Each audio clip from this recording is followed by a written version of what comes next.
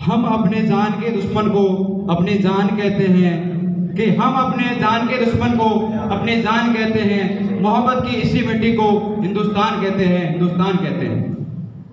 जो दुनिया में सुनाई दे उसे कहते हैं खामोशी, जो दुनिया में सुनाई दे उसे कहते हैं खामोशी, जो आंखों में दिखाई दे उसे तूफान कहते हैं, तूफान कहते हैं।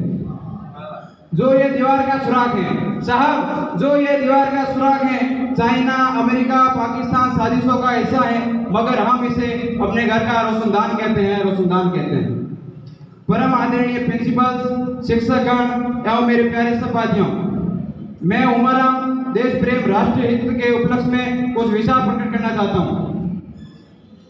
जैसा कि आप सबको विदित है कि हम आज इस पावन तिरंगे झंडे के नीचे भारतीय गणतंत्र दिवस मनाने के लिए एकत्रित हुए हैं।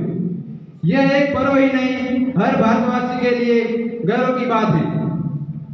आज ही के दिन यानी 26 जनवरी 1949 को अपना संविधान निर्माता डॉक्टर भीमराव अंबेडकर जी ने संविधान बनाकर तैयार किया था, और 26 जनवरी 1950 को अपना संविधान विधिवत रूप से लागू हो गया था। भारत देश का संविधान बनने में 2 वर्ष 11 माह 18 दिन लगे थे।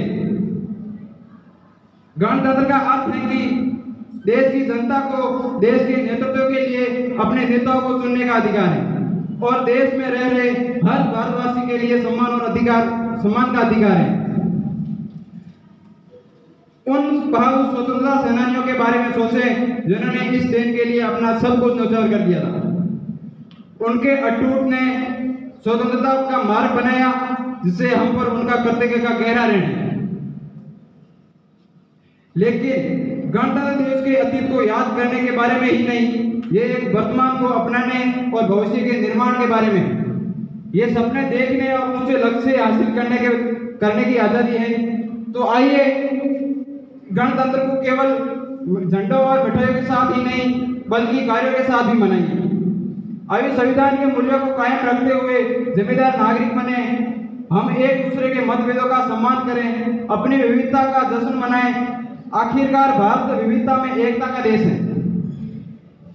संविधान सभा में जवाहरलाल नेहरू ने 13 दिसंबर 1946 को एक उद्देशिका पेश की थी, जिसमें बताया गया था कि हम भारत के लोग भारत को एक संपूर्ण प्रभुत्व, संपन्न, समाजवादी, पंथ निरपेक्ष, लोकतंत्रात्मक गणराज्य बनाने के लिए तथा उनके समस्त नागरिकों को सामाजिक, आर्थिक, राजनीतिक न्याय, विचार, अभिव्यक्ति, विश्वास, धर्म, उपासना की स्वतंत्रता, प्रतिष्ठा एवं अवसर की क्षमता प्राप्त करने के लिए दृढ़ संकल्प होकर अपनी इस संविधान सभा में आज तारीख 26 नवंबर 1949 ईस्वी को एतद द्वारा इस संविधान को अंगीकृत, अधिनियमित और आत्मर्पित करते हैं।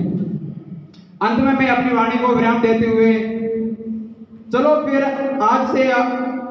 फिर से आज वो नजारा याद कर लें, शहीदों के दिल की वो ज्वाला याद कर लें। चलो फिर आज से वो नजारा याद कर लें, शहीदों के दिल की वो ज्वाला याद कर लें, जिससे बहकर आजादी पहुंची थी किनारे पर, देशभक्तों की खून की वो धारा याद कर लें, वो धारा याद कर लें। जय भीम, जय संविधान।